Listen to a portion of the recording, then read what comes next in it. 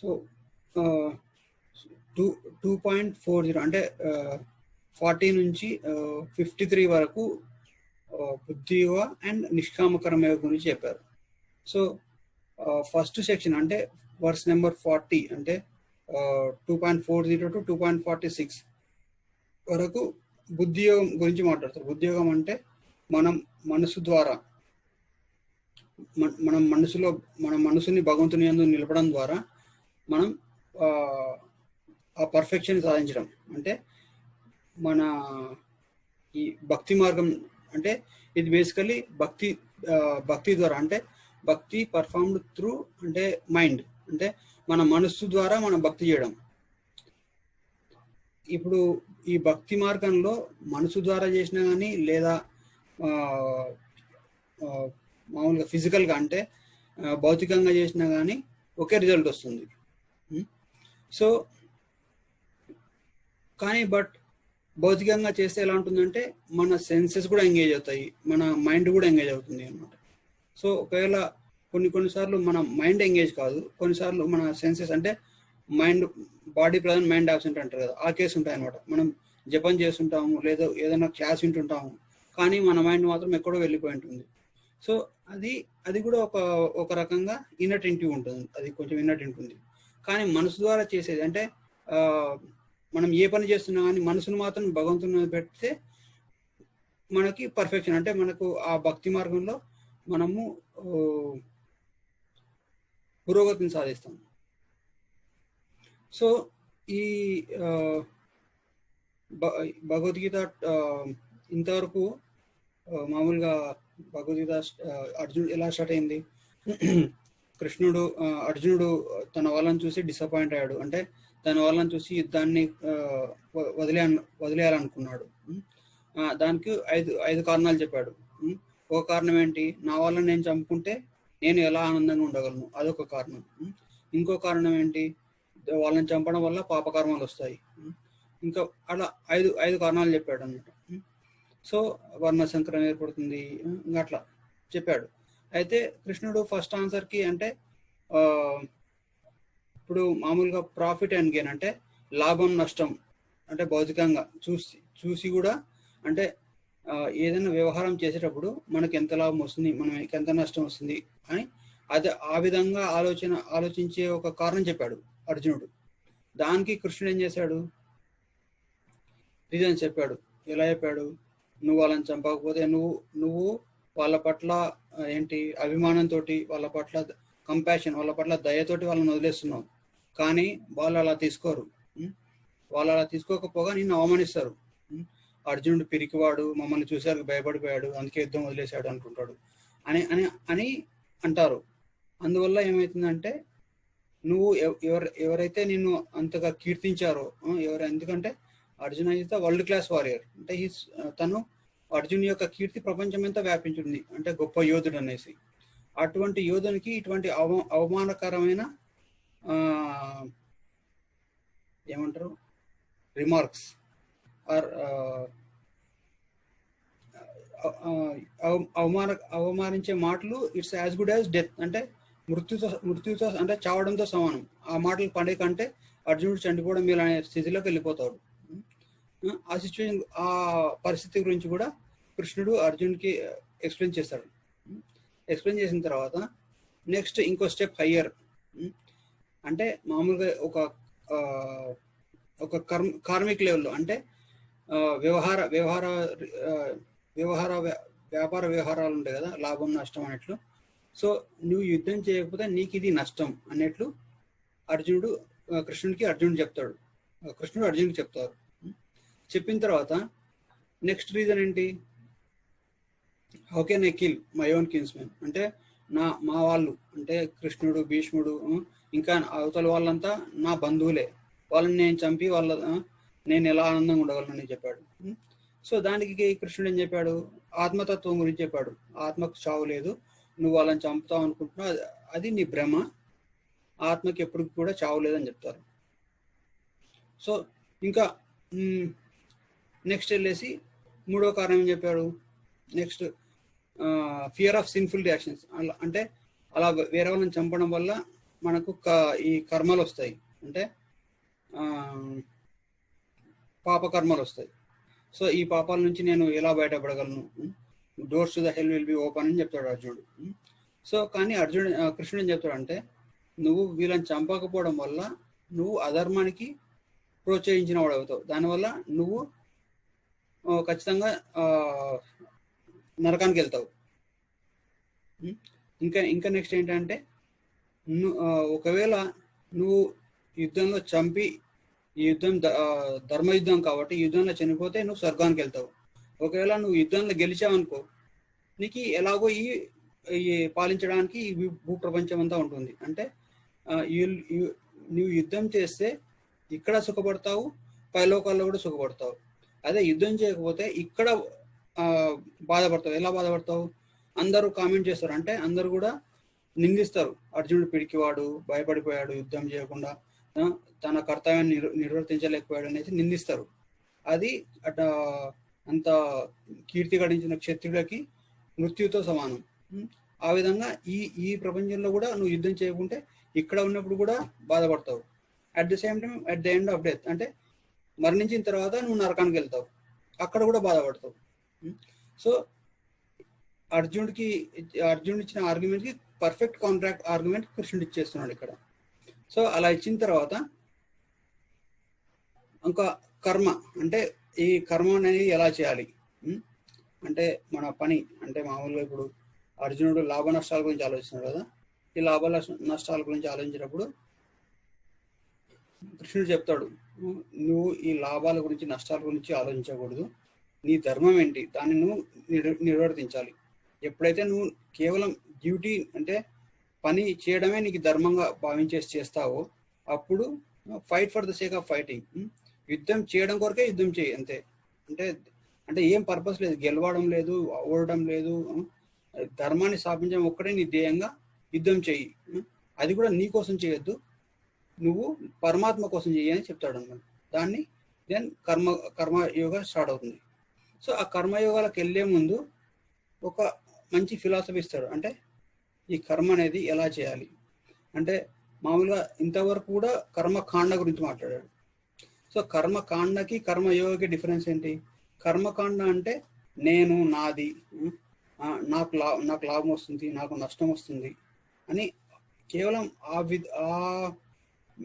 Material platform, అంటే ఒక material అంటే ఏమంటారు తెలుగులో? సో మీ అందరికి తెలుసు కదా. సో ఓన్లీ ఆ మెటీరియల్ టర్మ్స్లో ఆలోచించేవాడు దాన్ని కర్మకాండ అంటారు అనమాట. ఎప్పుడు సెన్స్ గ్రాటిఫికేషన్, నాకు ఎంత లాభం వస్తుంది, నేను ఎంత సుఖపడగలను ఈ పని చేయడం వల్ల అని మాత్రమే ఆలోచించేవాడు కర్మకాండి అంటారు, అంటే కర్మి అంటారు. కానీ కర్మయోగి అంటే ఎవరంటే తను పని చేస్తాడు, పని చేసి తను ఎవరి కోసం పని చేస్తాడు, ఆ వచ్చిన రిజల్ట్ ఏది గెలుపు కానీ ఓటమి కానీ ఏదైతే ఉందో దాన్ని భగవంతునికి అర్పిస్తాడు. Then he is called a karmayogi. So more than a karmayogi, nishkama karmayogi, అంటే కర్మయోగి ఆర్ నిష్కామ కర్మయోగి రెండు కూడా ఒకటే. కానీ ఆ నిష్కామ కర్మ చేసే కంటే ముందు కూడా ఒక మూడ్ సెట్ చేయడానికి కృష్ణుడు ఈ బుద్ధియోగం అనేది ఇస్తాడు అనమాట. మనము లాస్ట్ టైం చూసినప్పుడు ఏం చూసామంటే ఇది అంటే వేదిక్ నాలెడ్జ్ గురించి చూసాం కదా. వేదిక్ నాలెడ్జ్ అంటే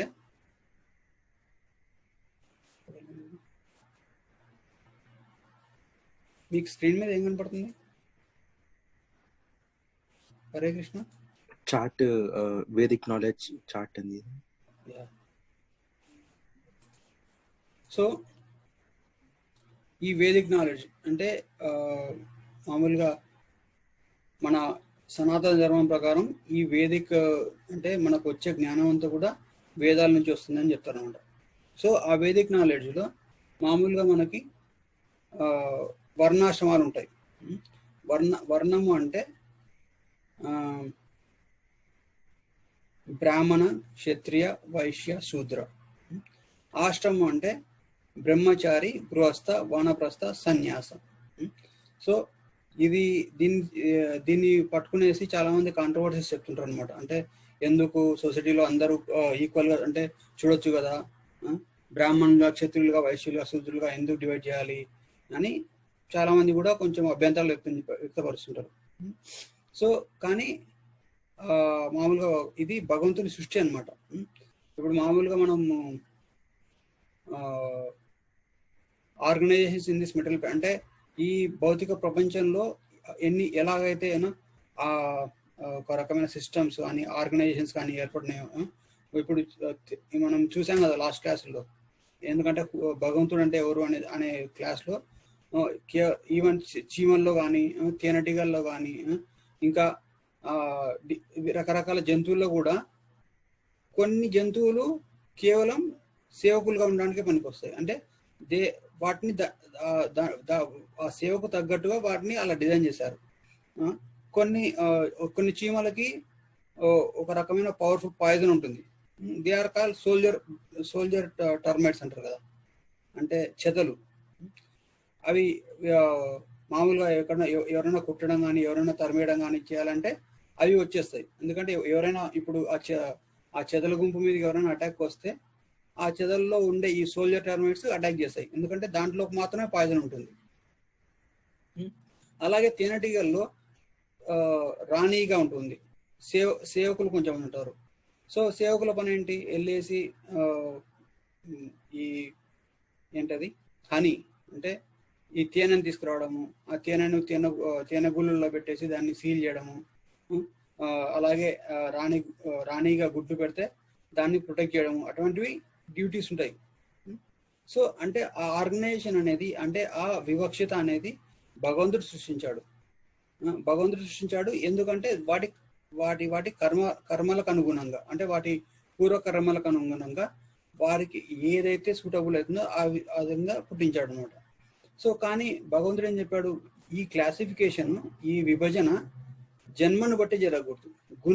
గుణము కర్మ, ఈ రెండు విషయాలు. వాళ్ళ గుణం ఏంటి అంటే, కొంచెమంది క్షత్రియ గుణం ఉంటుంది, వాళ్ళ ముందు ఏదన్నా అన్యాయం జరిగితే తట్టుకోలేరు, ఖచ్చితంగా ఫైట్ చేస్తారు. కొంచెంమందికి బ్రాహ్మణ గుణం ఉంటుంది, అంటే వాళ్ళ బ్రాహ్మణ గుణం అంటే ఏంటి, వాళ్ళు క్లీన్గా ఉంటారు, ఎప్పుడు సత్యం మాట్లాడుతుంటారు, ఎప్పుడు కూడా చెడు పనులు చేయరు. సో వాళ్ళు ఈ భగవత్ చింతన అటువంటి దాంట్లో ఇష్టపడతారు. అది బ్రాహ్మణ గుణం. సత్వగుణ ప్రధానంగా ఉంటారు అనమాట. సో అలా వైశ్యులు ఉంటారు. వైశ్యులు ఏంటంటే వాళ్ళకి ఎప్పుడు కూడా బిజినెస్ మైండెడ్ అనమాట. ఎప్పుడు ఎలా లాభాలు సంపాదించవచ్చు, ఎలా పంటలు పండించడం కానీ, గోరక్ష చేయడం కానీ, అటువంటి లక్షణాలు వాళ్ళకు ఉంటాయి. శూద్రుడు అంటే వాళ్ళకి అంత పెద్దగా మెటీరియల్ ఇన్వాల్వ్మెంట్ ఉండదు. ఎంతసేపు ఉన్నా వాళ్ళు ఏదో మన పని చేసినామా, మనకి డబ్బులు వచ్చాయా అన్ని లెవెల్లో ఉంటారు అనమాట. సో వాళ్ళు శూద్రుడు, వాళ్ళు వేరే వాళ్ళ కింద పనిచేయాల్సి వస్తుంది. సో ఈ 4 వర్ణాలు ఉన్నాయి కదా, ఈ 4 వర్ణాలు ప్లస్ ఆశ్రమాలు అంటే బ్రహ్మచర్య, గృహస్థ, వానప్రస్థ, సన్యాస. బ్రహ్మచర్య అంటే ఏంటి, బ్రహ్మచర్య అంటే తను ఒక 4 ఏళ్ళ నుంచి 5 ఏళ్ళ నుంచో వెళ్ళి గురువు దగ్గర ఉండి అన్ని నేర్చుకుంటాడు అనమాట. సో ఆ బ్రహ్మచర్య టైంలో వాళ్ళు ఎక్కువ ఈ సంహితాలు ఇక్కడ ఉన్నాయి కదా, ఈ వేదిక్ నాలెడ్జ్ సంహితాస్, ఈ సంహితాలు, బ్రహ్మణాస్, ఇవి ఎక్కువ, ఈ 2 నేర్చుకుంటారు ఎక్కువ బాగా. నేర్చుకుని అంటే వాళ్ళు కేవలం నేర్చుకోవడం వరకే, అంటే ఓన్లీ థియరిటికల్. మామూలుగా మన సైన్స్ సబ్జెక్ట్ నేర్చుకునేటప్పుడు ఫస్ట్ థియరీ చెప్తారు కదా, థియరీ చెప్పేసిన తర్వాత థియరీలో పర్ఫెక్షన్ వచ్చిన తర్వాత, అంటే థియరీ బాగా నేర్చుకున్న తర్వాత ఒక రకమైన అండర్స్టాండింగ్ వచ్చిన తర్వాత మన ల్యాబొరేటరీకి తీసుకెళ్లేసి పరీక్షలు చేసి మనం ఏదైతే చదివామో అది మనం చేయడం వల్ల మనకి హ్యాండ్స్ ఆన్ ఎక్స్పీరియన్స్ వస్తుంది. సో అలాగే ఈ బ్రహ్మచర్యంలో ఉండే వాళ్ళు ఈ సంహితాలు, ఇది ఇంకా ఈ బ్రహ్మణాస్ అంటే రిచువల్స్, అంటే మామూలు యజ్ఞాలు, యాగాలు చేయడము, వివిధ రకములైన అంటే రిచువల్స్ చేయడం నేర్చుకుంటారు. అది థియరిటికల్గా నేర్చుకుంటారు. ఎప్పుడైతే బ్రహ్మచర్య ఆశ్రమం నుంచి గృహస్థాశ్రమం వెళ్తారో, గృహస్థాశ్రమంలో తను ఆ జ్ఞానాన్ని అప్లై చేస్తాడు. అంటే తన జ్ఞానాన్ని వినియోగించేసి దాన్ని విజ్ఞానంగా మారుతుంది. విజ్ఞానం అంటే like theory, learning theory is called జ్ఞానం, and practical application of that theoretical knowledge is called విజ్ఞానం. ఓకే, సో దాన్ని ఉపయోగించేసి దాన్ని ఆ నేర్చుకున్న జ్ఞానాన్ని అప్లై చేస్తారు. అప్లై చేసేసి ధర్మ మార్గం నడచడానికి తన ఫ్యామిలీని కూడా, అంటే తన కుటుంబాన్ని కూడా ఎలా ధర్మంగా, అంటే ధర్మాన్ని అనుసరిస్తూ ఎలా జీవించాలి అనేసి ఒక రకమైన ట్రైనింగ్ ఆల్రెడీ పొందుంటాడు. సో దాన్ని తను అప్పుడు అప్లై చేస్తాడు. అప్లై చేసి దెన్ అప్లై చేసి పెళ్ళి అయిన తర్వాత పిల్లలు, దాని తర్వాత వానప్రస్థ స్టేజ్. వానప్రస్థ స్టేజ్ అంటే ఒక రిటైర్మెంట్ స్టేజ్లోకి వచ్చేస్తాడు. అంటే 50 years అంటారు అనమాట వేదిక్ ఇంజెక్షన్స్ ప్రకారం. 50 years వచ్చిన తర్వాత యాక్టివ్ మెటీరియల్ లైఫ్ నుంచి వాళ్ళు వాలంటరీ రిటైర్మెంట్ తీసుకొని భగవద్ ధ్యానంలో గడపాలి. సో వానప్రస్థ అంటే వన అంటే ఫారెస్ట్, ప్రస్థ అంటే వెళ్ళిపోవడం, అంటే ఫారెస్ట్కి వెళ్ళిపోతారు. బ్రహ్మచారి అంటే ఇవన్నీ నేర్చుకోవడం, అంటే లర్నింగ్ స్టేజ్ అనమాట. గృహస్థ అంటే is a supporting pillar for all the 3 ashrams. Then vanaprastha అంటే రిటైర్మెంట్ స్టేజ్కి వెళ్ళిపోతాడు. రిటైర్మెంట్ స్టేజ్లోకి వెళ్ళిపోయేసి he goes to the forest. He goes to forest అంటే మన ఈ యాక్టివ్ మెటీరియల్ లైఫ్, అంటే ఈ ఉద్యోగాలు, ఈ సోషల్ లైఫ్ గురించి కూడా తను ఒక రకమైన అక్కడ లో ప్రొఫైల్ మెయింటైన్ చేస్తూ తను ఈ కొంచెం ఒక రిటైర్మెంట్ ప్లాన్లోకి వచ్చేసి ఫారెస్ట్లోకి వెళ్ళిపోయి భగవంతుని మీద ధ్యానం పెడతారు. వాళ్ళు అక్కడ ఏం చదువుతారంటే ఈ అరణ్యకాస్ అనేది చదువుతారు. సో ఈ అరణ్యకాస్ చదవడం వల్ల చాలా రోజులు ఈ అరణ్యకాస్ చదవడం, వాటిలో ఉన్న జ్ఞానాన్ని గురించి అర్థం చేసుకోవడం, వాటిని అప్లై చేయడం వల్ల వాళ్ళకి ఒక రకమైన వైరాగ్యం అనేది ఉత్పన్నం అవుతుంది. అంటే they develop some renunciation towards the material enjoyment. అంటే ఈ భౌతికమైన సుఖాల పట్ల, భౌతిక జీవితం పట్ల ఒక రకమైన విరక్తి కలుగుతుంది వాళ్ళకి. కలిగిన తర్వాత వాళ్ళు దే స్టార్ట్ రీడింగ్ ఉపనిషత్స్. ఆ విరక్తి కలిగి then they may take sanyasa or they may continue the vanaprastha. అంటే ఆ విరక్తి ఎక్కువ ఆ విరక్తి అంటే భౌతిక విషయాల పట్ల విరక్తిగా ఉన్నప్పుడు దెన్ వాళ్ళు ఈ ఉపనిషత్తులు కానీ ఉపనిషత్తులు చదవడం స్టార్ట్ చేస్తారు. సో ఇది అంటే ఒక్కొక్క ఆశ్రమానికి ఒక్కొక్క సబ్జెక్ట్ మ్యాటర్. బ్రహ్మచారులు అయితే సంహితాలు, బ్రాహ్మణాసు చదువుతారు. అదే వానప్రస్థలో అయితే ఈ అరణ్యకాలు చదువుతారు. వానప్రస్థ నుంచి ఇంకా కొంచెం అడ్వాన్స్ అయ్యేసి సన్యాస్ స్టేజ్లోకి వచ్చిన తర్వాత they will start reading Upanishads. So అయితే ఈ Upanishad, this knowledge of Upanishad is meant for highly elevated personalities. అంటే ఇప్పుడు చాలా అనుభవము, చాలా విషయాల పట్ల మంచి జ్ఞానం కలిగిన వాళ్ళకి ఈజీగా అర్థమవుతుంది ఉపనిషత్తు. అలాగనేసి ఎవరు పడితే వాళ్ళు చదివితే వాళ్ళకి ఏదో అర్థం అవ్వచ్చు, కానీ వాళ్ళకి అర్థమైనంతగా వీళ్ళకి అర్థం కాదు. అంటే ఆ రినౌన్సియేషన్ వచ్చిన వాళ్ళకి అర్థమైనంతగా మామూలుగా ఎవరు చదివినా వాళ్ళకి అర్థం కాదు.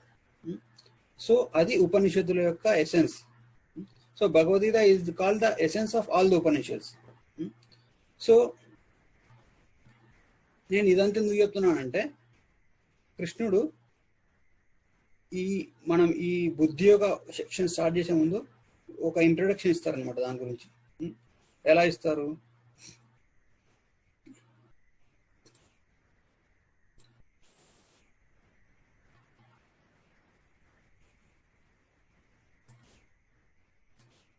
ఇది 2.40 నేహా విక్రమ నాశోస్తి ప్రత్యవాయో న విద్యతే స్వల్పమప్యస్య ధర్మస్య త్రాయతే మహతో భయాత్.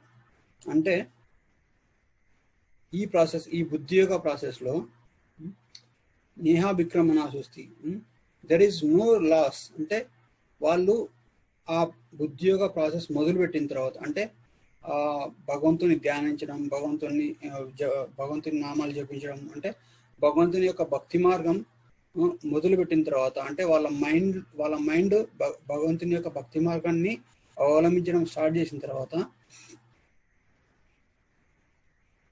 వాళ్ళు ఒకవేళ దాన్ని ఫినిష్ చేయలేకపోతే, ఇప్పుడు మామూలుగా ఎట్లా అంటే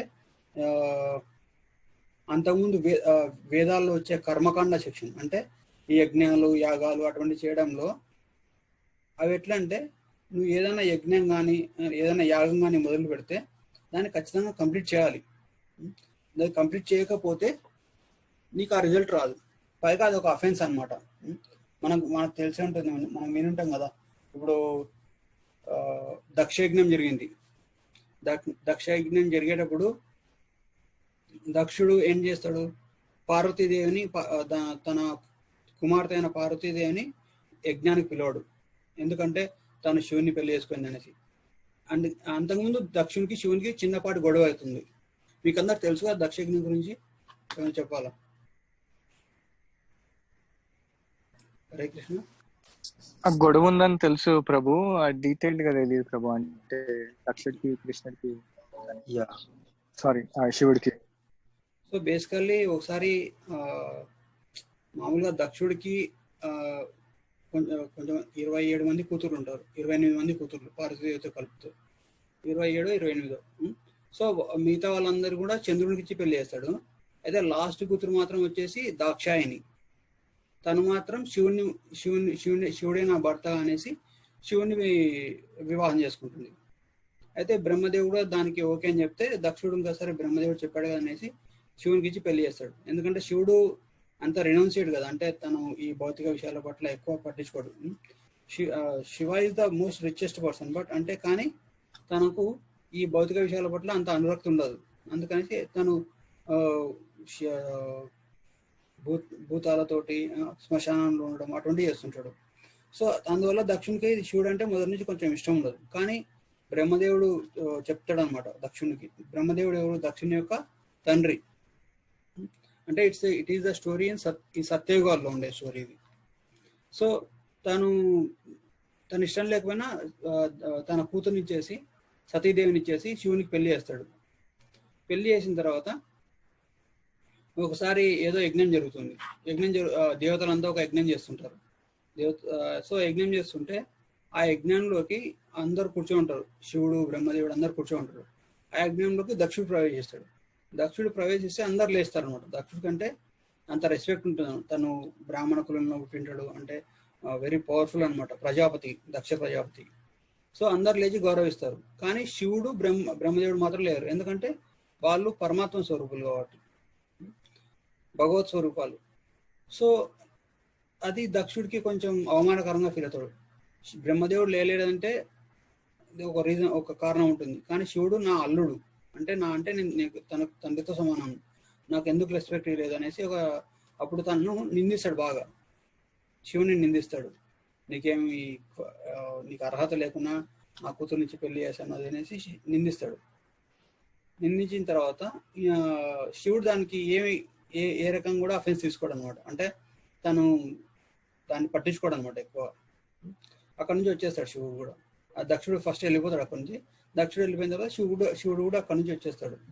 సో శివుడిని ఇప్పుడు తను తిట్టినా తను అవమానించినా శివుడు తీసుకోలేదు కాబట్టి దక్షునికి అంత ఇంకా ప్రతీకారం, అంటే ఇంకా శివునికి ఎలాగైనా ఒక బాగా ఇన్సల్ట్ చేయాలనేసి ఇప్పుడు మామూలుగా శివుడుని త్రిమూర్తులతో ఒకే సమానంగా గౌరవిస్తారు. అంటే బ్రహ్మదేవుని కానీ విష్ణువు కానీ శివుడి కానీ యజ్ఞాల్లో శరీరాన్ని వదిలిపెడుతుంది అనమాట సతీదేవి. సో వదిలిపెట్టిన తర్వాత దానికి అంటే ఒక గుణపాఠం, అంటే దానికి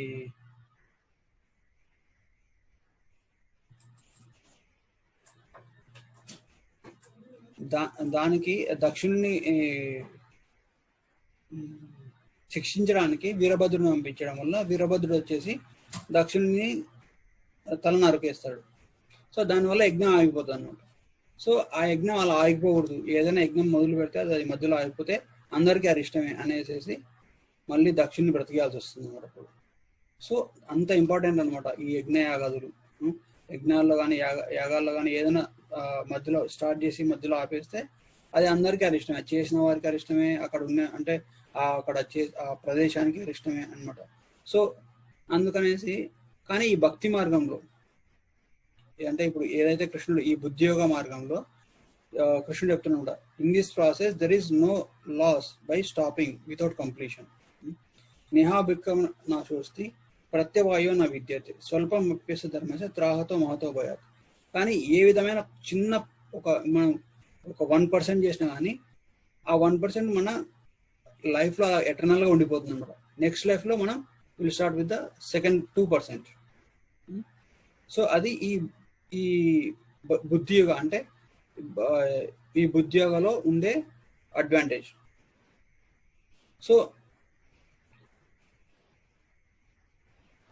the activities of bhakti, including the hearing and chanting or other such activities and prescribed duties offered to the Lord without personal desire. అంటే భగవంతుని యొక్క సేవలో ఏం చేసినా కానీ అంటే శ్రవణం, కీర్తనం, స్మరణం, అర్చనం, వందనం, దాస్యం, సాఖ్యం, ఆత్మ నివేదనం, ఈ 9 విధానాల్లో ఏ విధమైన ఏ పరంగా అయినా లేక మనం ఫిజికల్గా చేయకపోతే మనసు ద్వారా చేసినా కానీ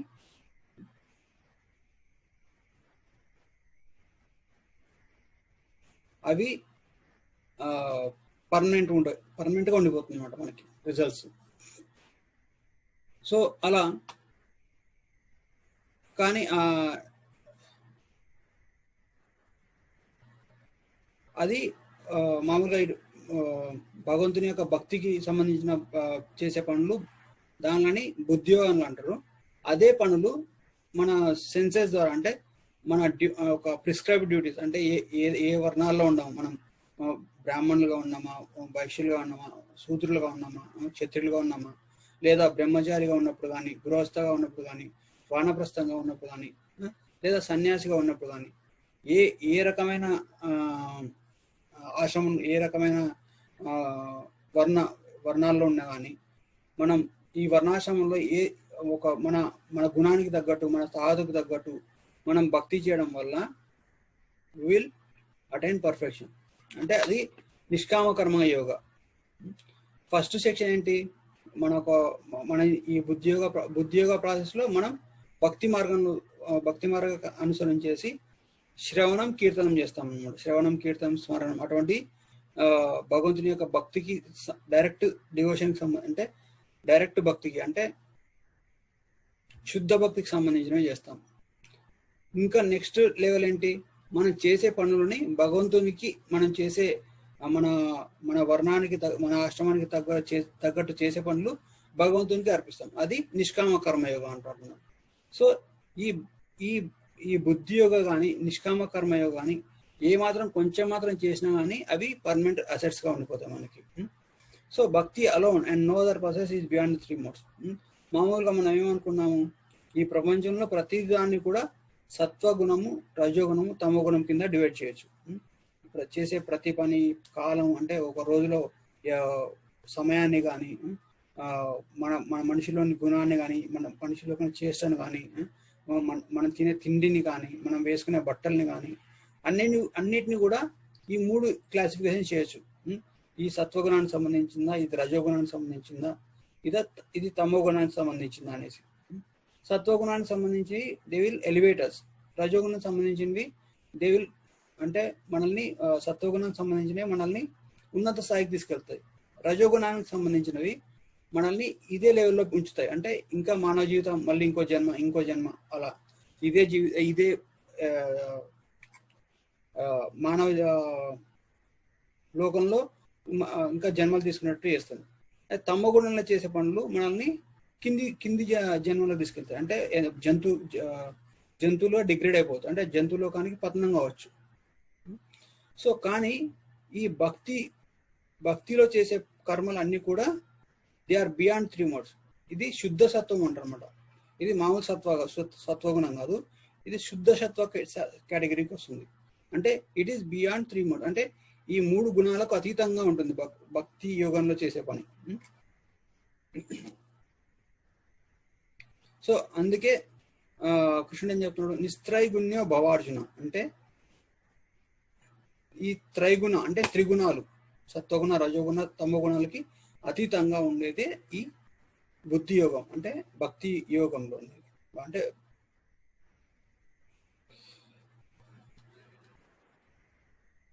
సో అలా చెప్పిన తర్వాత ఇంకా ఇక్కడ శ్రీమద్ భాగవతంలో నారదముని ఇంకోటి చెప్తాడు అనమాట. ఈవెన్ జ్ఞాన స్టేజ్లో ఉన్నప్పుడు అంటే మనము యోగాల్లో కూడా 4 రకాలు ఉంటాయని చెప్పాం కదా. కర్మయోగం, జ్ఞానయోగం, ధ్యాన యోగం అండ్ భక్తి యోగం. ఈ జ్ఞానయోగం అంటే కొంచెం మంది చాలా వరకు జ్ఞానాన్ని గురించి ఎక్కువగా ఆసక్తి కనబరుస్తారు. అంటే ఆ జ్ఞానాన్ని సంపాదించుకోవాలి అంటే ఈ వేదాలు, వేదాంగాలు, ఉపనిషత్తులు అవన్నీ చదవడం అటువంటివి. సో అది చదవడంలో ఎక్కువగా ప్రైడ్ అంటే ఎక్కువగా ఒక రకమైన ఆసక్తి కనబరుస్తారు. సో అటువంటి వాళ్ళకి ఇక్కడ ఏం చెప్పారంటే ఈవెన్ జ్ఞానయోగ కానీ, కర్మయోగ కానీ, లేదా ధ్యానయోగ కానీ, ఏ ప్రాసెస్ అయినా కానీ అన్లెస్ దే ఆర్ అంటే అవి వాటిలో భక్తి అనే ఎలిమెంట్, భక్తి యోగానికి సంబంధించిన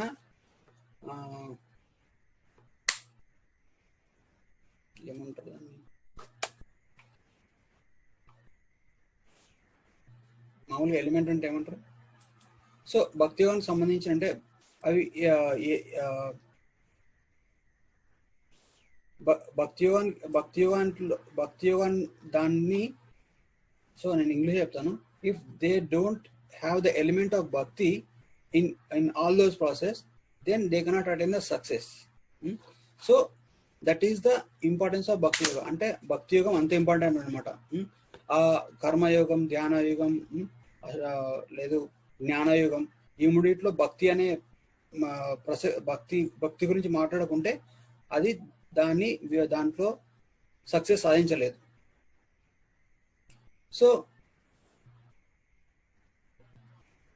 కర్మ divide of lord is completely uses. ఎందుకంటే మనం చేసే కర్మలు ఎప్పుడైతే భగవంతునికి చేయమో అవి దే ఆర్ కంప్లీట్లీ యూజెస్ అని శాస్త్రాలు చెప్తాయి. ఎందుకంటే వాటి వల్ల మనలో మళ్ళీ ఏంటి డిజైర్స్ అంటే కోరికలు ఇంకా ఎక్కువైపోతాయి. ఆ కోరికల వల్ల మళ్ళీ మనకి then we have to take మళ్ళీ ఇంకో జన్మ తీసుకోవాల్సి వస్తుంది. మళ్ళీ కర్మ చేస్తాం, మళ్ళీ ఇంకో జన్మ. కర్మకి దాని ఫలం కూడా అనుభవించాల్సి వస్తుంది. మనం మంచి కర్మ చేసినప్పుడు మంచి ఫలితాలు వస్తాయి, చెడు కర్మ చేసినప్పుడు చెడు ఫలితాలు వస్తాయి. సో అలా చేయడం వల్ల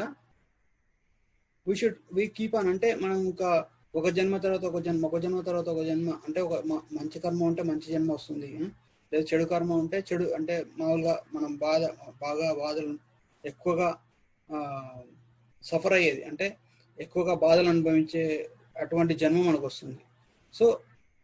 సో ఏం చెప్తున్నారంటే మనం ఎప్పుడైతే మన కర్మల్ని భగవంతునికి అనుసంధానించామో దెన్ దోస్ టైప్ ఆఫ్ అంటే మనం ఎంత ఎండివర్ అయినా చేయొచ్చు, ఎంత ప్రయత్నమైనా ఎంత కష్టమైనా పడవచ్చు, కానీ అదంతా కూడా యూజ్లెస్. దానివల్ల కొంచెం కూడా ఉపయోగం ఉండదు unless you dedicate the results, even the results at least the results, ఆ రిజల్ట్స్ డెడికేట్ చేయడం వల్ల కొంచెం వల్ల ఉపయోగం వస్తుంది. కానీ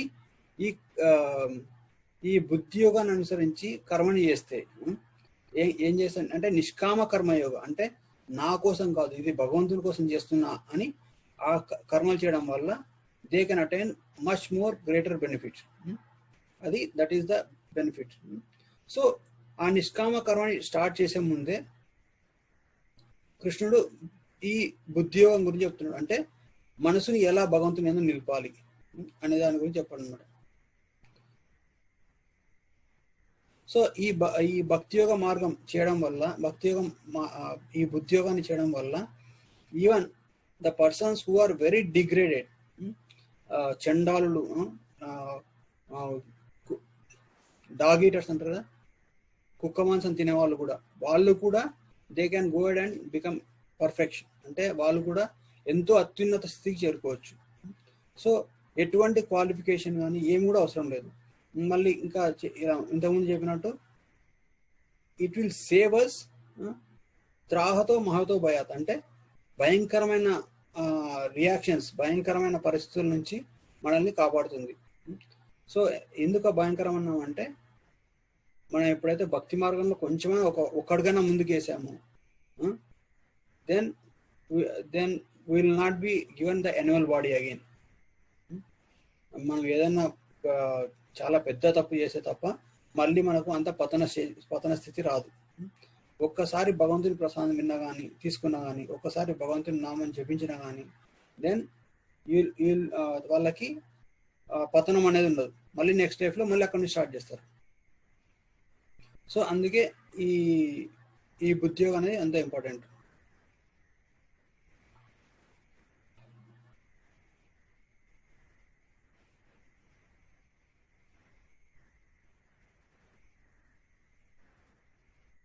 సో యాక్చువల్లీ ఈరోజు 7th శ్రీమద్ భాగవతంలో 7th క్యాంటోలో నేను ఒక వర్స్ పంపించాను కదా మీకు. అక్కడ ఒక సెక్షన్ ఉందన్నమాట. ఇప్పుడు మనం ఈ కర్మకాండ సెక్షన్ ఉంది కదా, ఏదైనా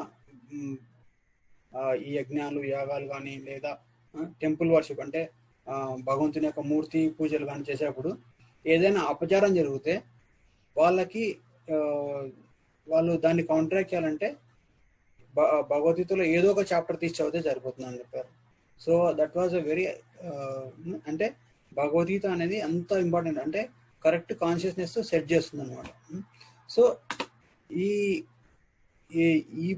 ఇప్పుడు చెప్పిన ప్రొసీజర్స్ అన్ని, మనం డిస్కస్ చేసిన ప్రొసీజర్స్ అన్ని కూడా దే ఆర్ మెంట్ ఫర్, అంటే ఏదర్ బ్రహ్మచారీస్ కానీ, గృహస్థాస్ కానీ, వానప్రస్థాలు కానీ, సన్యాసులు కానీ అటువంటివి. కానీ ఈ బుద్ధియోగ అనేది అందరికీ అన్ని కాలాలు అన్ని పరిస్థితులు, ఎవరైనా ఏ పరిస్థితులు అయినా కానీ ఈ బుద్ధియోగాన్ని అవలంబిస్తే, అంటే then when they practice this buddhi yoga process, then they will achieve the perfection. Means they will get the benefit of, they will get the eternal benefit. అలాగనేసి ఈ బుద్ధి యోగా ప్రాసెస్ స్టార్ట్, అంటే ఈ భక్తి యోగా స్టార్ట్ చేసాము, ఈ భక్తి యోగా ఎండ్ కాలేకపోయినా కానీ మనకు వచ్చే నష్టం ఏమీ లేదు. But at the same time it will save us from greatest dangers of getting into materialistic hellish punishments and degrading into the animal planet. So అది I think this should be it. So ఇంకా next words ఏంటంటే, ఇలా చెప్పిన తర్వాత ఈ బుద్ధియోగ ప్రాసెస్లో చేసేవాళ్ళు, అంటే ఈ బుద్ధియోగ సాధకులు ఎలా ఉంటారు, వాళ్ళ మనస్థితి ఎలా ఉంటుంది అనేసి చెప్తాడు. వ్యవసాయాత్మిక బుద్ధి 2.41 వ్యవసాయాత్మిక బుద్ధి ఏకేహ కురునందన బహుశాఖానంతస్య బుద్ధయో వ్యవసాయినం. సో ఈ ఉద్యోగాన్ని పాటించే వాళ్ళ రిజల్యూట్, అంటే వాళ్ళ లక్ష్యం ఒకటే, ఏంటి, నేను సాధించాల్సింది ఏంటి అని వాళ్ళకి క్లియర్గా తెలుసు అనమాట. అంటే మామూలుగా భక్తులకి ఏంటి ఉంటుంది సాధించాల్సింది, కృష్ణుని యొక్క భక్తి, అంటే కృష్ణుని యందు ప్రేమ, అంటే భగవంతుని యందు భక్తి, భగవంతుని యొక్క ప్రేమ. ఎప్పుడైతే అది సాధించడం వల్ల దానికి సాధించడానికి ఏమేమి కావాలనో వాటిని మాత్రమే పాటించేసి వాటికి ప్రతికూలంగా ఏవైతే ఉంటాయో వాటిని వదిలేస్తారు అనమాట. సో సాధ్య అంటే సాధించాల్సింది ఏంటి, దానికోసం సాధన అంటే what is the process. So what is the goal and what is the means of achieving goal. So కానీ ఈ భక్తి యోగ ప్రాసెస్లో the goal and the means are the same, అంటే సాధ్య సాధన రెండు ఒకటే. సాధ్య అంటే ఏంటి, సాధించాల్సిన గోల్ ఏంటి, భగవంతుని యొక్క భక్తి, దానికోసం సాధన ఏంటి, భగవంతుని యొక్క భక్తియే. సో అలా కాకుండా ఈ యజ్ఞాలు ఏదో కర్మకాండాలు యాగాల్లో ఏంటి సాధ్య అంటే ఏంటి, ఇప్పుడు చూసాము అశ్వమేధ యజ్ఞం కానీ రాజసూయ యజ్ఞం కానీ. సాధ్య అంటే ఏంటి, అంటే సాధించాల్సింది ఇట్లా ఏదో ఉంటుంది మెటీరియల్ థింగ్. ఇప్పుడు ధర్మరాజు రాజసూయ యజ్ఞం చేశాడంటే సాధించాల్సింది ఏంటంటే తన ఆధిపత్యాన్ని అందరికి చూపించడం కోసం, అది సాధ్య, అది రాజసూయం. అంటే ధర్మరాజు అందుకు చేయలేదు, తను కృష్ణుడిని గ్లోరిఫై చేయడానికి చేశాడు, అందుకే అది కర్మ కాండ. But at the same time it is karma yoga, కర్మ కాండ, బట్ ఇట్ ఈస్ దాన్ని అది భగవంతుని కొరకు చేశాడు కాబట్టి దట్ ఈస్ కర్మయోగ. అలాగే కొంచెమంది అశ్వమేధ యజ్ఞాలు చేశాడు, చాలా మంది అశ్వమేధ యజ్ఞాలు ఎందుకు చేశారు, ఏదో డిఫరెంట్ బెనిఫిట్స్ అనమాట. అంటే పిల్లలు కాకపోతే పిల్లలు పుట్టడానికి కానీ, అంటే సంతానం కొరకు కానీ, లేదా విజయం కొరకు కానీ లేదా ఏదో కొంచెం ఏదో ఒక రిజల్ట్ని అంటే ఒక ప్రతిఫలాన్ని ఆశించి చేశారనమాట. కానీ వాళ్ళ సాధన ఏంటి? డిఫరెంట్ ప్రొసీజర్స్ అనమాట. ఇలా చేయాలి, ప్రొసీజర్ ఉంటుంది అనమాట. బ్రాహ్మణ్ని పిలిచాలి, యజ్ఞం చేయాలి, యజ్ఞం చేసిన తర్వాత గుర్రాన్ని వదిలేయాలి, అది ఎక్కడ వెళ్తే వాళ్ళు ఏ రాజ్యం మీదకి వెళ్తే ఆ రాజ్యంకి వెళ్ళేసి కొట్లాడాలి వాళ్ళతోటి, అంటే యుద్ధం చేయాలి, అదంతా సాధన. అంటే సాధ్య వేరు, సాధన వేరు. అంటే సాధించాల్సింది వేరు, సాధించే మార్గం వేరు. కానీ ఈ బుద్ధి యోగ ప్రాసెస్లో ఈ సాధ్య సాధన అనేది ఒకటే ఉంటుంది. అండ్ ఆ బుద్ధి యోగాన్ని పాటించే వాళ్ళు దే ఆర్ వెరీ రిజల్యూట్. అంటే they are mind is fixed. అంటే ఇది నేను సాధించబోయేది ఇది. దానికోసం కూడా తను చేసే ప్రాసెస్ కూడా అదే. భగవంతుని యొక్క భక్తి, భగవంతుని యొక్క సేవ, భగవంతుని యొక్క ప్రేమ, అది సాధన, సాధ్య. దాన్ని సాధించాలనుకుంటాడు. Or even going back to God it is also considered as sadhya. దానికి సాధన ఏంటి? భగవంతుని పూజించడం, భగవంతుని అర్చనం, వందనం, దాస్యం, శ్రవణం, కీర్తనం, భగవంతుని యొక్క గుణాలు వినడం, భగవద్గీత, భాగవతం లాంటి వినడం, ఇంకా భగవంతునికి వందనం చేయడం, అంటే పేయింగ్ ఒబేసెన్సెస్, భగవంతునికి నమస్కరించడం, భగవంతునికి సేవలు చేయడం, అవన్నీ కూడా సాధనాలు. సో ఇవన్నీ చేసిన తర్వాత then he go backs to, అంటే తను భగవద్ధామానికి వెళ్ళిపోతాడు. భగవద్ధామానికి వెళ్ళిపోయి అక్కడ ఏం చేస్తాడంటే, ఇప్పుడు మామూలుగా ఇక్కడ కొన్ని యజ్ఞాలు ఏమంటారు అంటే, ఈ యజ్ఞం చేస్తే నువ్వు స్వర్గానికి వెళ్ళిపోతావు అంటాడు. సరే, ఈ యజ్ఞం చేసి స్వర్గానికి వెళ్ళిపోయిన తర్వాత స్వర్గంలో ఏం చేస్తామంటే ఓన్లీ ఎంజాయ్మెంట్, ఇంకేం ఉండదు. మంచిగా తాగడం, తినడం, ఏది కావాలంటే అది, అంతే. Only enjoyment. అంటే ఆ ఎంజాయ్మెంట్ ఎంతవరకు? వాళ్ళ పుణ్యకర్మలు ఉన్నంత వరకు. కర్మలు అయిపోగానే మళ్ళీ they will fall down into this material world. కానీ ఇక్కడ ఈ భక్తి యోగులు వాళ్ళు ఇక్కడ ఉన్నప్పుడు కూడా భగవంతుని వినడం కానీ, భగవంతుని సేవ చేయడం కానీ, భగవంతుని నామాన్ని జపించడం కానీ, లేదు భగవంతుని యొక్క లీలలను తెలుసుకోవడం ద్వారా వాళ్ళకు ఒక రకమైన సాత్వికమైన శుద్ధ సత్వ ప్లాట్ఫామ్లో ఉండే ఆనందం వస్తుంది వాళ్ళకి. అలాగనేసి వాళ్ళు ఇక్కడ నుంచి భగవద్ధామానికి వెళ్ళిపోయినా కానీ అక్కడ కూడా భగవంతుని యొక్క సేవ, భగవంతుని యొక్క శృతి, అంటే భగవత్ సేవలను మునిపోతారు అనమాట. అది అంటే అక్కడ సాధ్య సాధన రెండు ఒకటే అనమాట. సో అండ్ దిస్ డిస్ట్రాయ్స్, అంటే మనకు ఫలితాన్ని ఇవ్వడం, మంచి ఫలితాన్ని ఇవ్వడమే కాకుండా ఈ సంసారాన్ని కూడా, సంసారం అంటే ఏంటి? రిపీటెడ్ బర్త్స్ అండ్ డెత్స్, అంటే పునరపి మరణం, పునరపి జన్మం. బతికినవాడు చస్తాడు, చచ్చినవాడు మళ్ళీ, బ్రతికినవాడు చనిపోయినవాడు మళ్ళీ బ్రతకడం. అలా అంటే చనిపోవడం, మళ్ళీ జన్మ తీసుకొని మళ్ళీ తన కర్మలను అనుసరించి మళ్ళీ పుట్టడం, మళ్ళీ బాధలను అనుభవించడం, మళ్ళీ కొన్ని సుఖాలను అనుభవించడం, మళ్ళీ చనిపోవడం. ఈ సైకిల్, అంటే దీన్ని సంసారం అంటారు. ఈ సంసారాన్ని పర్మనెంట్ గా క్లోజ్ అయిపోతుంది వాళ్ళు భగవద్ధామానికి వెళ్ళిపోయినప్పుడు. సో భగవద్ధామానికి వెళ్ళిపోయినా కానీ వాళ్ళు then they will engage in the same activities. So అది that is the perfection that is going to achieve. అంటే ఈ ఉద్యోగంలో ఉండే వాళ్ళకి, మనం ఏం డిస్కస్ చేసాము ఈ క్లాస్లో, ఈ ఉద్యోగం స్టార్ట్ చేసిన వాళ్ళు చేసే పనులు, అంటే వాళ్ళు ఈ భక్తి మార్గం స్టార్ట్ చేసినప్పుడు ఆ భక్తి మార్గాన్ని పాటించడం వల్ల they will never loose anything. And at the same time వాళ్ళ రిజల్యూషన్, అంటే వాళ్ళు సాధించాలి, అంటే దానికోసం ఏం సాధన చేయాలనేసి వాళ్ళకి ఖచ్చితమైన అవగాహన ఉంటుంది అనమాట. And those results are guaranteed. So that is for today. మీకు ఏమైనా క్వశ్చన్స్ కానీ కామెంట్స్ కానీ ఉంటే you can take it now.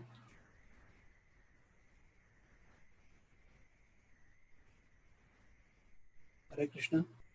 మీరు ఫాలో అయ్యారు ఎవరన్నా? యా, హరే కృష్ణ. హరే కృష్ణ ప్రభుజీ. మీకేమైనా కొంచెం మరి ఫాస్ట్ కానీ స్లో, అంటే ఐ ఫెల్ట్ లైక్ నేను ఒక్కనే మాట్లాడుతున్నాను. ఫైన్ ప్రభుజీ. వింటున్నాం ప్రభు, వింటున్నాము. అందుకు మధ్యలో డిస్టర్బ్ చేయడము మీరు ఫాలో అయ్యారు కదా అందరు? ఎందుకని యా ఏమైనా క్వశ్చన్స్ ఉన్నాయా?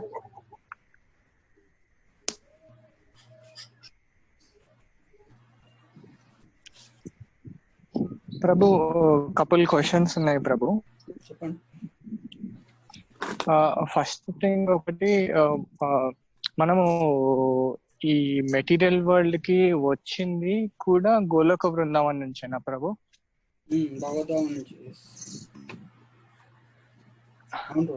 అయితే ఇప్పుడు మళ్ళీ మనము ఈ భక్తి యోగాన్ని పర్ఫామ్ చేస్తూ మళ్ళీ మనం గోలోక బృందానికి వెళ్ళినా దేర్ ఈస్ అ స్కోప్ ఉందా ప్రభు మళ్ళీ మనం మెటీరియల్ వరల్డ్ రావడానికి? లేదు బ్రో, వన్స్ అక్కడ వెళ్ళిపోతే కృష్ణుడు చెప్తారు కదా, నువ్వు వన్స్ ఒకసారి అక్కడ వెళ్ళిపోయిన తర్వాత నో టర్నింగ్ బ్యాక్, అంతే. ఇంకా మీకు ఆల్రెడీ మీ ఇంటికి వచ్చిన ఒకసారి ఎక్స్ప్లెయిన్ చేశాను కదా ఎట్లా రాము అనేసి. ఎట్లా అంటే నేను ఎందుకు అడుగుతున్నా అంటే, మనం రావడమే గోలోక నుంచి వచ్చాం కదా, సో అంటే అక్కడ నుంచి మళ్ళీ మళ్ళీ స్కోప్ ఉంటుందా?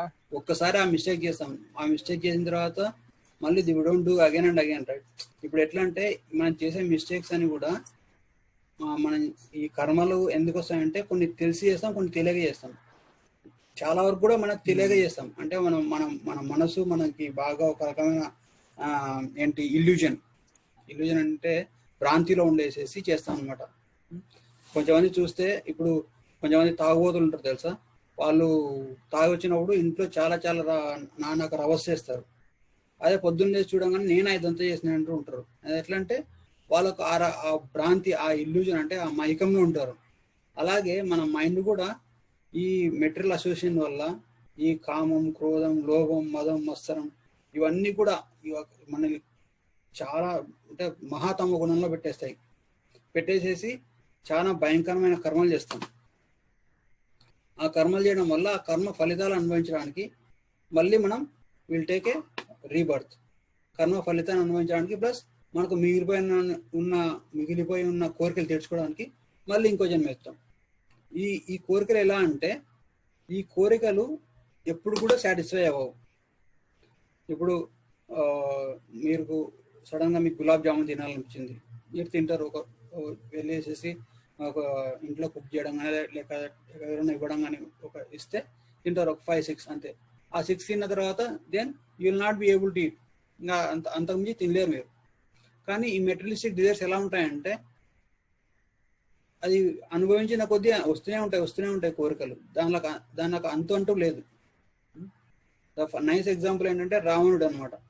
రావణుడి దగ్గర ఎంతమంది కన్యలు ఉన్నారంటే, his entire palace is filled with all beautiful young ladies, but still he went for Sita and he died. తనకి అసలు రామునితో యుద్ధం చేసేటప్పుడు అందరూ ఓడిపోతే ఒకరి తర్వాత ఒకరు చనిపోతుంటే మండోదరి చెప్తారు, నీకు ఇంతమంది కన్యలు ఉన్నారు, మేమంతా ఉన్నాం కదా, ఒకదాన్ని వదిలే అంటారు. కానీ అతను విన్నాడు. అటువంటి స్థితిలోకి తీసుకెళ్తుంది మన మైండ్ మనల్ని. సో ఈ కోరికలు అనేవి మనం ఇక్కడ ఉన్నప్పుడు అవి తగ్గే పరిస్థితి ఉండదు అనమాట.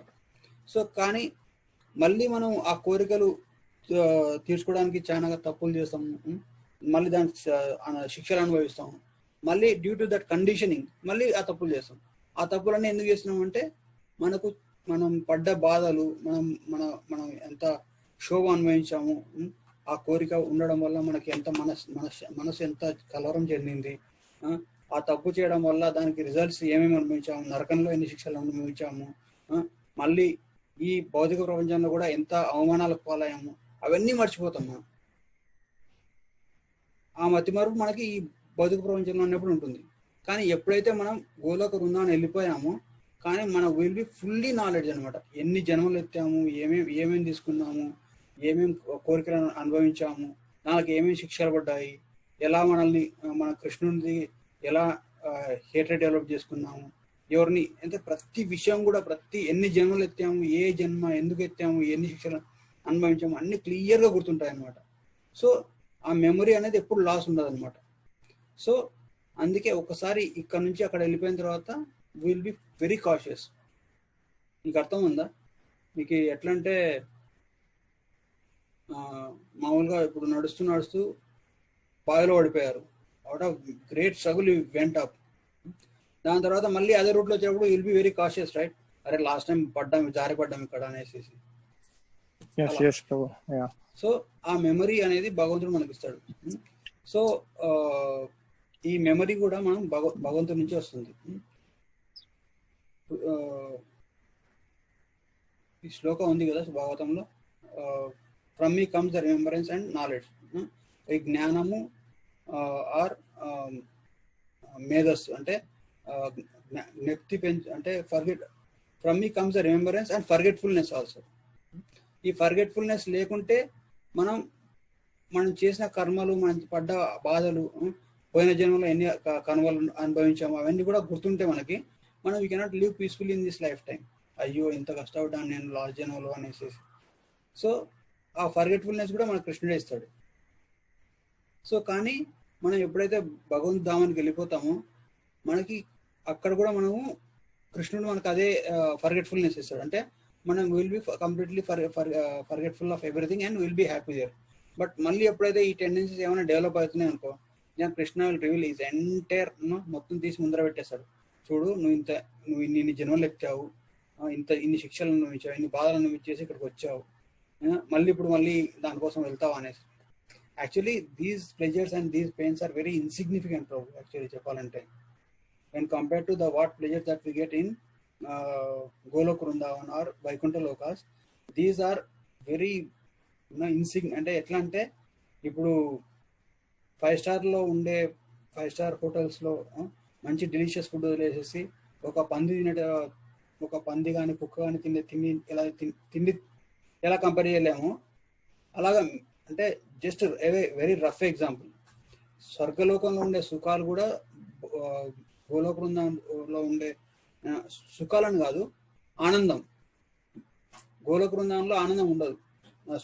గోలోక బృందంలో ఓన్లీ ఆనందం ఉంటుంది, సుఖాలు. సుఖం అంటే సెన్స్ గ్రాటిఫికేషన్, కానీ ఆనందం అంటే ఇట్స్ వెరీ వే హైయర్ దాన్ సుఖం అనమాట. సుఖం అనేది కొంచెం సేపు ఉంటుంది, తర్వాత వెళ్ళిపోతుంది. కానీ ఆనందం అనేది you will be experience like ఈ ఆనందం అనేది గోలోక బృందంలో ఇంక్రీజ్ అవుతూనే ఉంటుంది. There is no diminution. అటువంటి స్టేజ్ నుంచి you will hardly able to like for example ఒక చిన్న ఎగ్జాంపుల్ చెప్తాను. మీరు ఎప్పుడైనా మూవీకి వెళ్ళారు కదా, మంచి వెరీ ఇంట్రెస్టింగ్ మూవీ. ఆ మూవీకి వెళ్ళేసి then will you be able to meditate anything other than outside? అంటే బయట వెళ్ళేసేసి ఏదో చిన్న వెరీ అంటే అక్కడ వెళ్ళిన తర్వాత ఇంకా you will be totally involve in those so Krishna conscious activities only. అదే మీకు ఆ టైం అంటూ ఉండదు, అంటే మనకు ఆ స్కోప్ ఉండదు అనమాట. మళ్ళీ ఫాల్ డౌన్ అయ్యే స్కోప్. అర్థమైందా? హరే కృష్ణ. ఎస్ ప్రభు, అర్థమైంది ప్రభు. ఇంకేంటి? ఇంకొక క్వశ్చన్ ప్రభు. ఇప్పుడు బుద్ధి యోగా మనకి భక్తి యోగాలో ఒక పార్టేనా ప్రభు? అంటే మనము ఏదైతే ఆ బుద్ధి మనము తెచ్చుకోవాలి కదా ప్రభు, అంటే భక్తి చేయాలంటే ఫస్ట్ మనము వి షుడ్ హ్యావ్ వ్యవసాయాత్మక బుద్ధి, రైట్? సో ఆ బుద్ధి లేకపోతే మనము భక్తి ఎంత చేద్దామన్నా కూడా రాదు కదా ప్రభు. అట్లేం లేదు. బుద్ధి యోగా అని ఎందుకన్నారంటే it is same as bhakti yoga, but it is ఈ కర్మయోగా ఉంది కదా, karmayoga is mostly dedicating the results to Krishna. But buddhi yoga ఏంటంటే ఫస్ట్ నుంచి విల్ బి కృష్ణ కాన్షియస్. అంటే మనసు ద్వారా మనం భగవంతుణ్ణి సేవించడం. అంటే ఈ పని ఎందుకు చేస్తున్నాను అంటే భగవంతుని దృష్టిలో పెట్టుకొని చేయడం అనమాట. దాన్ని బుద్ధి యోగం అంటారు. మీ క్లారిఫై అయిందా క్వశ్చన్? సో బుద్ధి యోగా యాక్చువల్లీ ఈ సెకండ్ చాప్టర్ అనేది ఇట్స్ ఏ సమరీ.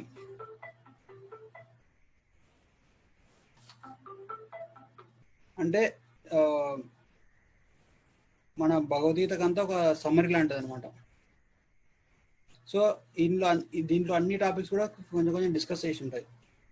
కానీ మామూలుగా కానీ మళ్ళీ లేటర్ ఆన్ అన్ని టాపిక్స్ మళ్ళీ డీటెయిల్గా ఎక్స్ప్లెయిన్ చేస్తారు. అర్థమవుతుందా?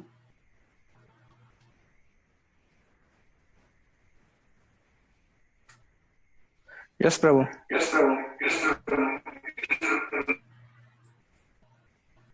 సో ఈ బుద్ధి యోగ అండ్ భక్తి యోగాలో డిఫరెన్స్ ఏంటంటే భక్తి యోగాలో ఇంకా డీప్గా వెళ్తాం. బుద్ధి యోగాలో మనసు మనం భగవంతుని యందు ఎలా పెట్టాలి అనేసి ఉంటుంది అనమాట. అంతే.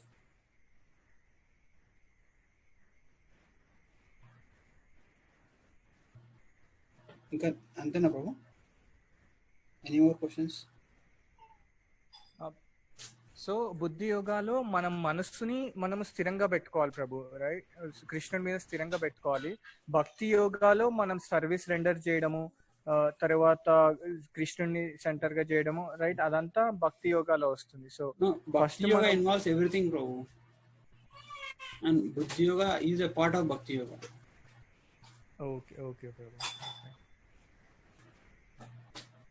అంటే నాకు ఎందుకు అడుగుతున్నా అంటే ప్రభు ఈ క్వశ్చన్, మనము మనసు ఎంత కృష్ణుడి మీద స్థిరంగా పెట్టుకుందాం అనుకున్నా కూడా because of this material condition, right? So work లోకి వెళ్ళగానే మనకు ఆ రజోగుణాలోకి వెళ్ళిపోతాం, అంటే ఆ ప్యాషన్ లోకి వెళ్ళిపోయి ఆ వర్క్ ఇట్లా చేయాలి అట్లా చేయాలి అని చెప్పేసి ఆ ప్యాషన్ మోడ్ లోకి వెళ్ళిపోయి మళ్ళీ అది ఆ మోడ్ అయిపోయి సాయంత్రం కాగానే మళ్ళీ భగవద్గీత తీసి చదువుకోవడము లేదంటే క్లాసెస్ వినడం చేసే వరకు, రైట్? ఆ 10 hours ఏదైతే రజోగుణాలో ఉంటామో ఆ 10 hours ఎట్లయిపోతుందంటే డేలో 10 hours ఇట్లా తెలియకుండా అయిపోతుంది, దాంట్లో 8 hours స్లీప్ లో అయిపోతుంది.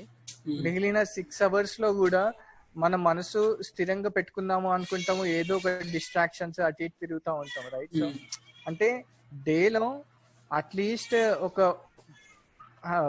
6 hours నాకు ఉన్న టైంలో కూడా నేను మనసు స్థిరంగా పెట్టలేకపోతున్నా. సో ఇట్లా ఈ ప్రాసెస్ ని ఇంకా ఎంత కరెక్ట్ గా చేస్తే ఇంకా ముందుకెళ్తూ అంటే ఎట్లా ప్రోగ్రెస్ చేయాలి అని తెలియక అడుగుతున్నా ప్రభు.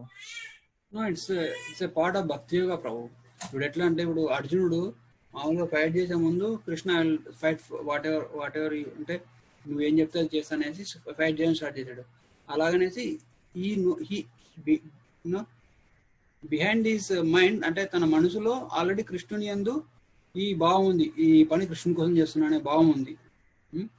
కానీ అలాగనేసి తను చేసే పని వదిలేసేసి కృష్ణుని నామం చెప్పించడం, కృష్ణుని అటువంటి కీర్తనం కాదు. ఆ కర్మ చేసేటప్పుడు then he dedicatedly do that, but your consciousness would be I'm doing this for Krishna అనే కాన్షియస్నెస్ చేస్తే then you will achieve the perfection. కొన్నిసార్లు ఎందుకు చేస్తున్నానో అర్థం కాదు అనే లెవెల్లో ఉంటుంది. కానీ ఆ టైంలో then if you are able to convince that I am doing this for Krishna, అంటే నేను ఇది నా family, my family is Krishna's family and the Krishna is center of my home and I am doing this to Prabhuji mute లో ఉన్నారు అనుకుంటా మీరు.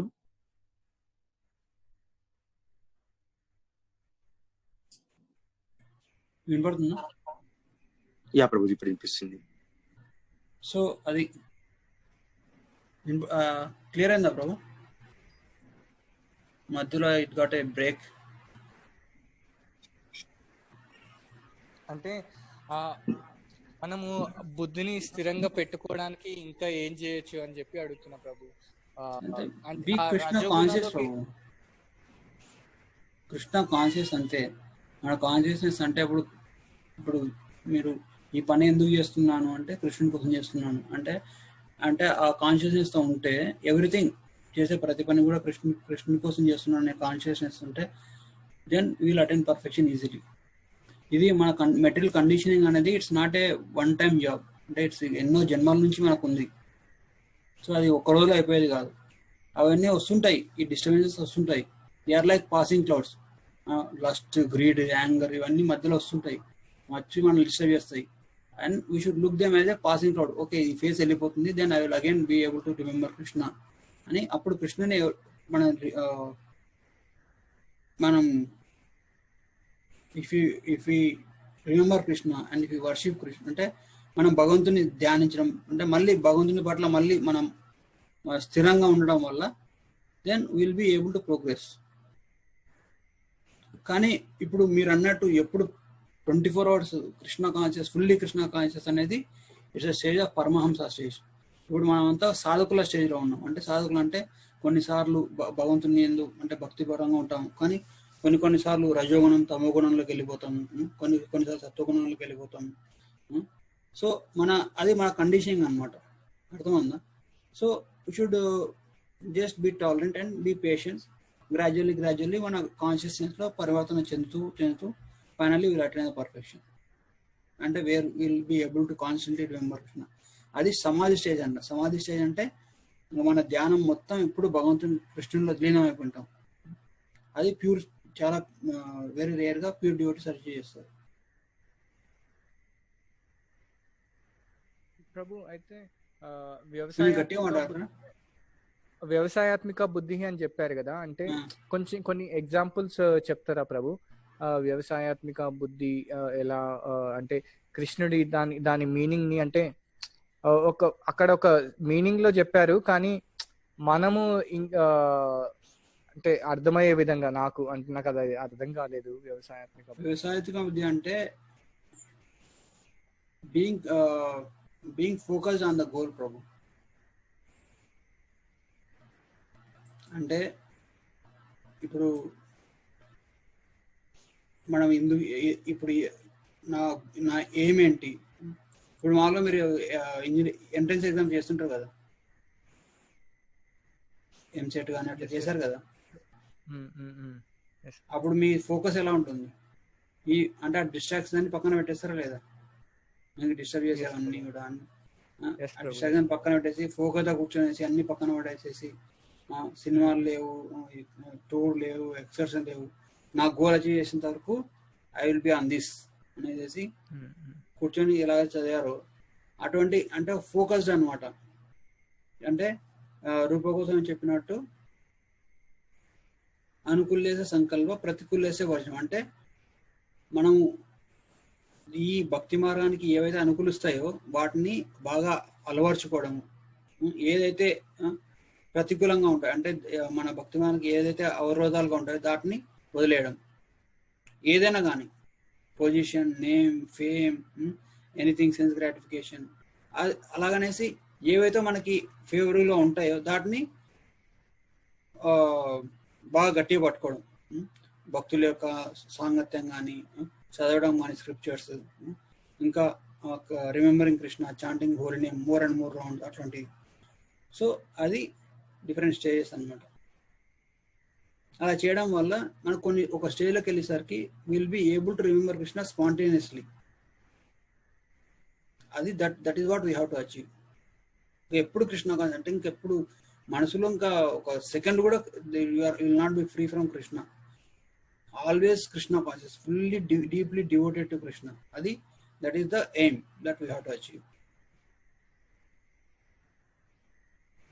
అది మనం అచీవ్ చేసామంటే yes that is achievable, but it depends on Krishna's mercy, but the endeavour is in our hands.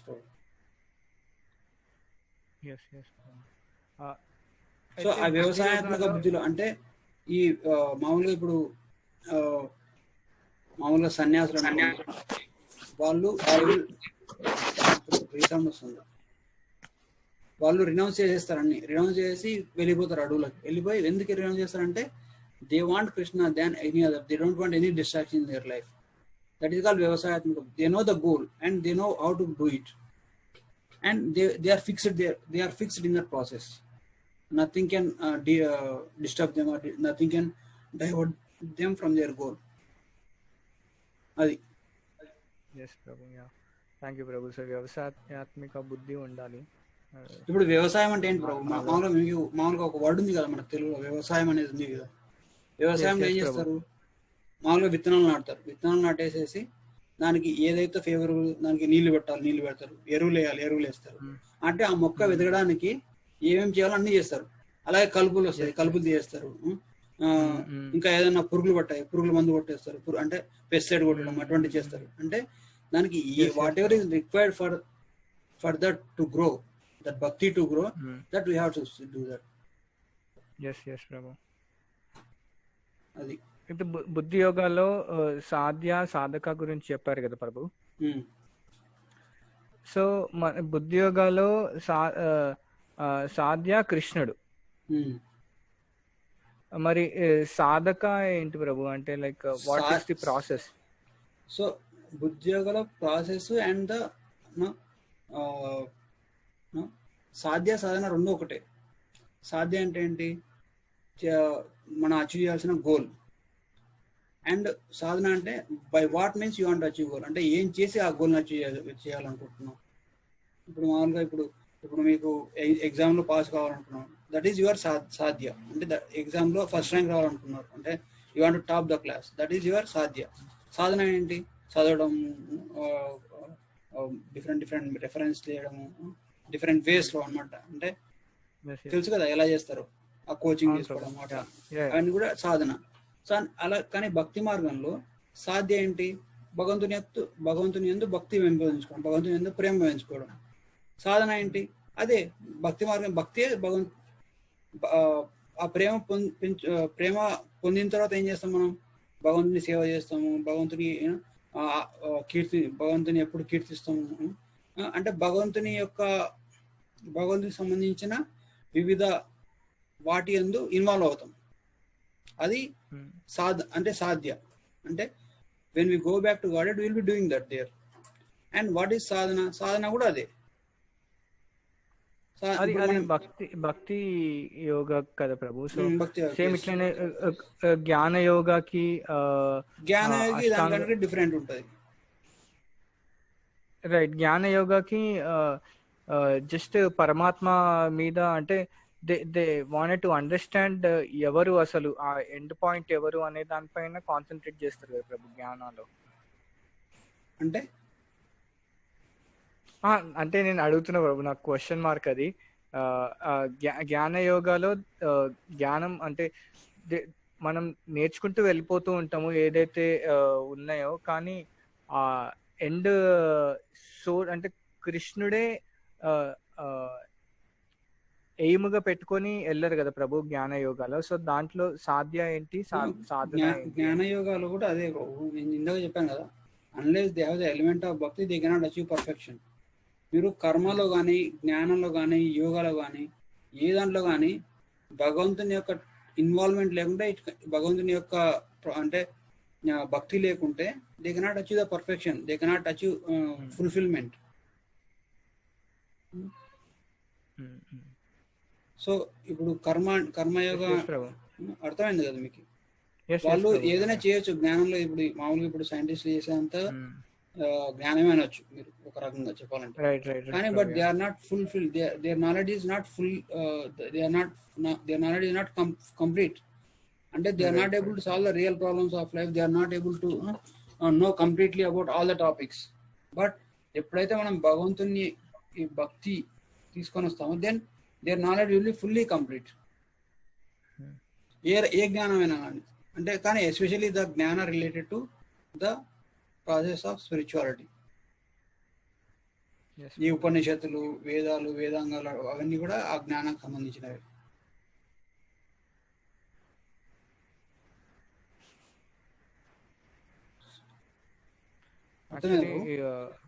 Yes ప్రభు, అర్థమైంది ప్రభు. First మీరు ఉపనిషత్తులు ఇంకా శృతి స్మృతి ఆ చార్ట్ చూపించారు కదా ప్రభు, ఆ వేదిక్ చార్ట్. అది చాలా, అంటే మీరు బ్యాక్గ్రౌండ్ బాగా ఇచ్చారు ప్రభు. థ్యాంక్ యూ ప్రభు. ఎందుకంటే వాటి గురించి అసలు తెలీదు డీప్ గా. మీరు ఆ డీటెయిల్స్ ఇచ్చే వరకు ముందుకెళ్తున్న కొద్దీ, అంటే ఇప్పుడు మనం చేసేది కూడా భక్తి యోగా కూడా ఒక యజ్ఞం లాంటిదే, రైట్? సో మనం మధ్యలో ఆపకూడదు, ఎక్కడ ఆపకుండా యజ్ఞం కంప్లీట్ చేయాలి. ఆపినా కానీ నష్టం లేదు. అప్పట్లో యజ్ఞం ఆపితే కష్టంగా ఉండేది, అంటే రైట్ దుష్ఫలితాలు వస్తాయని చెప్పేసి. కానీ ఇక్కడ ఈ మార్గంలో మనకి యజ్ఞం ఆపినా కూడా ఏం కాదు, మళ్ళీ నెక్స్ట్ బర్త్ లో అక్కడి నుంచే కంటిన్యూ చేస్తాము అని చెప్పి ఏదైతే మనకి ఆ పాజిటివ్నెస్ కృష్ణుడు ఇస్తున్నారో, ఎట్లా అంటే వెరీ అష్యూరింగ్ అనమాట. అంటే భక్తి మార్గాన్ని ఎందుకు అవలంబించాలి అనేది ఒక ఇంపార్టెంట్. ఇప్పుడు మాలో యోగులు వాళ్ళు మంచి హైయెస్ట్ లెవెల్కి వెళ్ళిపోతారు, అక్కడ వాళ్ళు చనిపోతే మళ్ళీ నెక్స్ట్ స్టెప్ లో వాళ్ళు మళ్ళీ నెక్స్ట్ అక్కడ నుంచి స్టార్ట్ చేయాల్సి వస్తుంది. కానీ యజ్ఞం ఒక్కసారి మొదలు పెడితే ఖతం చేయాల్సిందే కదా, ఖతం చేయాల్సింది. లేకపోతే దేవుని గెట్ ద రిజల్ట్. అదే ప్రభు, అదే ఇప్పుడు మన భక్తి యోగా కూడా ఒక్కసారి మొదలు పెట్టినామంటే ఇంకా భక్తి యోగా కూడా యజ్ఞంలా చేస్తే మంచిగా ఉంటుంది. అదే ప్రభు, అదే అదే అంటున్నా ప్రభు, భక్తి యోగా కూడా యజ్ఞం లాగా చేయాల్సిందే. ఇంకా అది ఎంత ఇంకా కష్టాలు వస్తూనే ఉంటాయి, దాన్ని మనం చేయాల్సిందే. అందుకనే అంటుండే ప్రభు, సో ఈ రోజు మనం చేసుకునే మూడ్ చేంజ్ అయిపోతూనే ఉంటది కదా ప్రభు. పొద్దు నుంచి ఎట్లయితే మనకి టైమింగ్స్ ఉన్నాయో సత్వగుణ, రజోగుణ, తమోగుణకి, సిమిలర్లీ అదే టైమింగ్స్ లో మన టైమ్స్ మూడ్ చేంజ్ అయిపోతూనే ఉంటది ప్రభు. ఒక్కసారి 8:30, 9 కాగానే టంగ్ అని ఇంకా రజోగుణ ఎంటర్ అయిపోతూనే ఉంటాం. నార్మల్ గా 8:30 హరే కృష్ణ. అనంత కోటి